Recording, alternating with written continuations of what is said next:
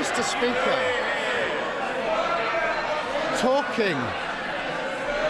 talking of parties,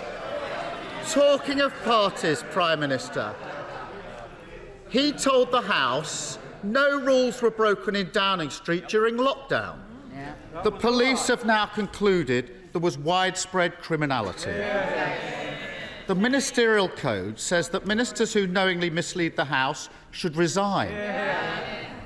Why is he still here? Hang on a minute. He's just changed his position. Sorry, Mr. Speaker. I mean, we do at least expect some consistency from this human weather vane. It was only a week or so ago where he was saying that I shouldn't resign. He's got to make what is his position, Mr. Speaker? The investigators must get on with their job. But in the meantime, In the meantime, Mr. Speaker, we are going to get on with our job.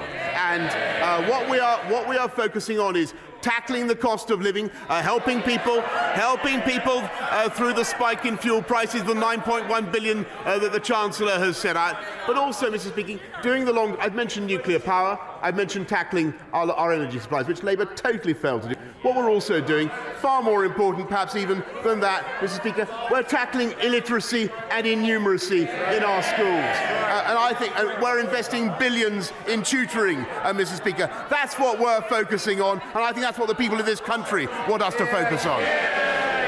Keir Starmer. Look, there are only two possible explanations.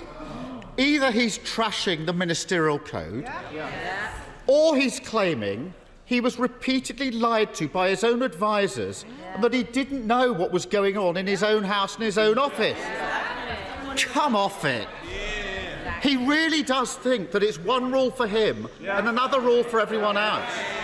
That he can pass off criminality in his office and ask others to follow the law. That he can keep raising taxes and call himself a tax cutter. That he can hike tax during a cost of living crisis and get credit for giving a bit back just before an election. When is he going to stop taking the British public for fools? Mr. Speaker, this is the leader of the opposition who would have kept this country in lockdown and made it absolutely impossible. He has zero consistency on any issue, Mr. Speaker. But one thing we know about is he would like to take us back into the EU and take us back into lockdown if he possibly could. Thanks to what this government has done, we have unemployment back down to the levels it was before the pandemic, the economy bigger than it was, we have record vacancies, Mr. Speaker. The difference between them and us is they want to keep people, Mr. Speaker, they want to keep people on benefits. We want to help people into work. And that's what we're doing in record numbers. They want to raise taxes. We want to cut taxes. And that's what we're doing, Mr. Speaker. And we're tackling illiteracy. They didn't give a damn, Mr. Speaker. We're getting on with making this country the best place to invest. Last time I updated the House, Mr. Speaker, on the number of unicorns that we had of unicorns in this country. That's tech countries worth more than $1 billion, Mr. Speaker. I said we had 100.